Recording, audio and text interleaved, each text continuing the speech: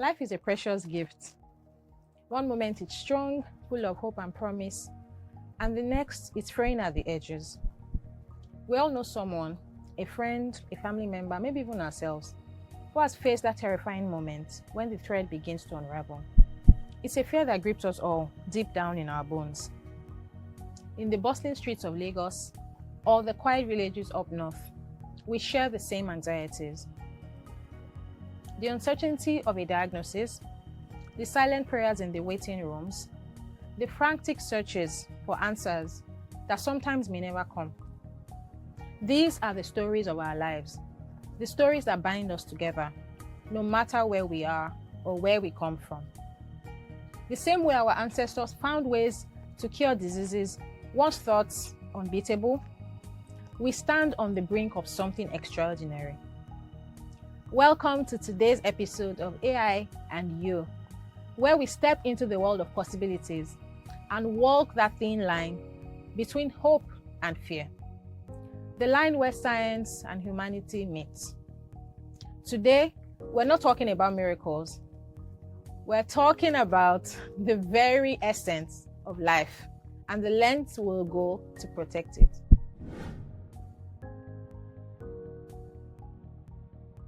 I'd say over-reliance, right? If we get to the point where doctors begin to over-rely on whatever diagnosis the AI agent gives them, then it becomes a problem. Then why do we have doctors, right? And like I said, I would always pick a human being doctor over an AI doctor. My health is very important. I would trust a doctor more than I would trust an AI. It's just as if looking at Google for symptoms of headache. I don't think I would trust it that much.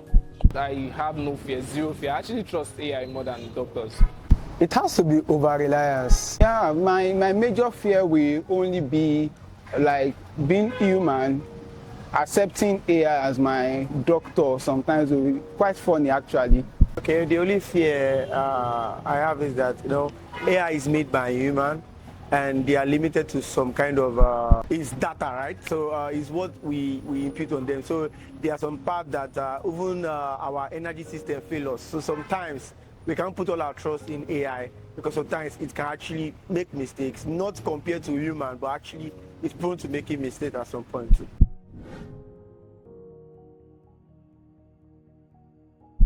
I think it has to be diabetes, the very chronic stage of diabetes where it becomes really life-threatening.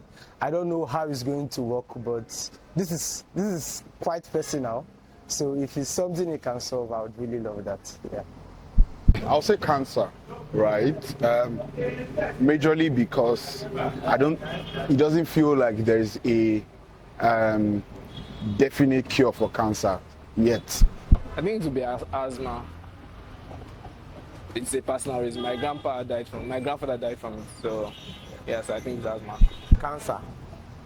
Cancer, because it's one of the major sicknesses that once you have it and you get to a stage, there's no solution. It is always interesting to hear what the guys in the street have to say about technology, and also very much more their reaction to all of these subject matters. Now let's talk about health.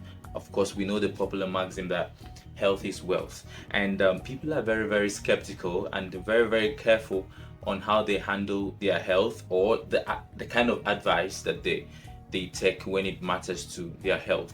And now let's take, for instance, the question, so when last did you go to the hospital for a full body checkup, or when last did you speak to a doctor to address how you're feeling and your health status?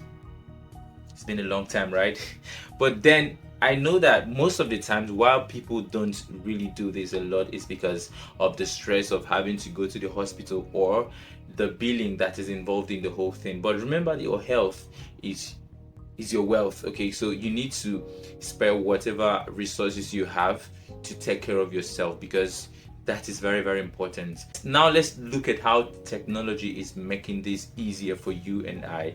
Now we have the AI platforms that you can have an interaction with an AI bot that has been trained to answer to you just like a doctor would. For example, the telemedicine services. So what happens here is that you get to tell the artificial intelligence AI how you're feeling, your ailment, and what you're feeling at the moment. And being a platform that has been trained to attend to you just like a doctor would, the AI would pick up all of these, analyze them, and know the symptoms of what you are suffering from.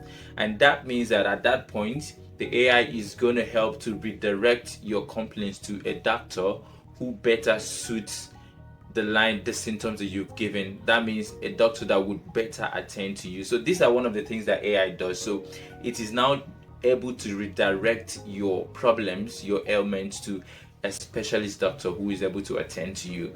And now what it has done is that it has bridged the gap between you going physically to the hospital most of the times and also having to connect to the right doctor that would actually treat you the right way. So it is amazing to see that artificial intelligence is bringing a lot of ease to the health sector, and it is even helping doctors to analyze the symptoms that they have gotten from the patient. Okay, so this is amazing. So that means that if you were still skeptical about what AI is doing, about the possibilities that we can achieve with AI, then you are still lagging behind. Okay, so now is the time to go back to your doctor. If you can't go to the hospital physically, sign up on any telemedicine platform and have a conversation with an AI doctor who can diagnose you and then connect you to a doctor that would take care of you.